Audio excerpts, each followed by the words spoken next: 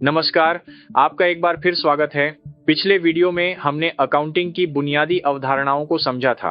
अब समय है यह देखने का कि इन सिद्धांतों का उपयोग किसी वास्तविक बिजनेस में कैसे किया जाता है। इसके लिए हम एक आसान और रोचक उदाहरण लेते हैं।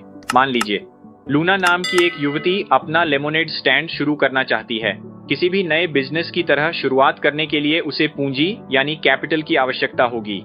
इसलिए लूना अपने स्वयं के $500 इस बिजनेस में निवेश करती है। यही इस बिजनेस का पहला वित्तीय लेन देन यानी फर्स्ट बिजनेस ट्रांजैक्शन है। यहीं से अकाउंटिंग की यात्रा शुरू होती है, क्योंकि हर लेन देन को सही तरीके से रिकॉर्ड करना आवश्यक होता है। अब समझते हैं अकाउंटिंग का सबसे महत्वपूर्ण नियम, जिसे डबल एंट्री सिस्टम कहा जाता है। इस प्रणाली के अनुसार हर एक ट्रांजैक्शन कम से कम 2 अकाउंट्स को प्रभावित करता है। इसीलिए हर ट्रांजैक्शन में एक डेबिट और एक क्रेडिट होता है। यदि एसेट्स या एक्सपेंसेस बढ़ते हैं तो उन्हें डेबिट किया जाता है, जबकि लायबिलिटीज, इक्विटी और रेवेन्यू बढ़ते हैं तो उन्हें क्रेडिट किया जाता है। सबसे महत्वपूर्ण बात यह है कि किसी भी ट्रांजैक्शन में टोटल डेबिट हमेशा टोटल क्रेडिट के बराबर होना चाहिए। यही नियम अकाउंटिंग इक्वेशन को हमेशा संतुलित बनाए रखता है। अब देखते हैं कि लूना के पहले ट्रांजैक्शन को कैसे रिकॉर्ड किया जाएगा। लूना ने अपने बिजनेस में $500 नकद निवेश किए। क्योंकि कैश एक एसेट है और यह बढ़ रहा है, इसलिए कैश अकाउंट को डेबिट किया जाएगा।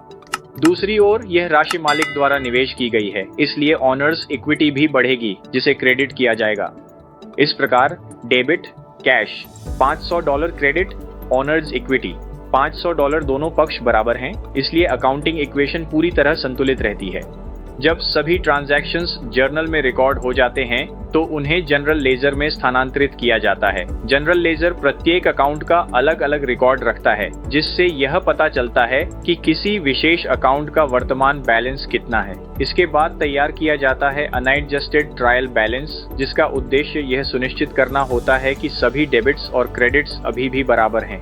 यदि दोनों बराबर हैं तो इसका अर्थ है कि रिकॉर्डिंग सही तरीके से की गई है और अगला अकाउंटिंग चरण शुरू किया जा सकता है। तो इस वीडियो में हमने सीखा कि किसी भी बिजनेस के ट्रांजैक्शंस को डबल एंट्री सिस्टम के माध्यम से कैसे रिकॉर्ड किया जाता है और उन्हें जनरल लेजर में कैसे व्यवस्थित किया जाता है।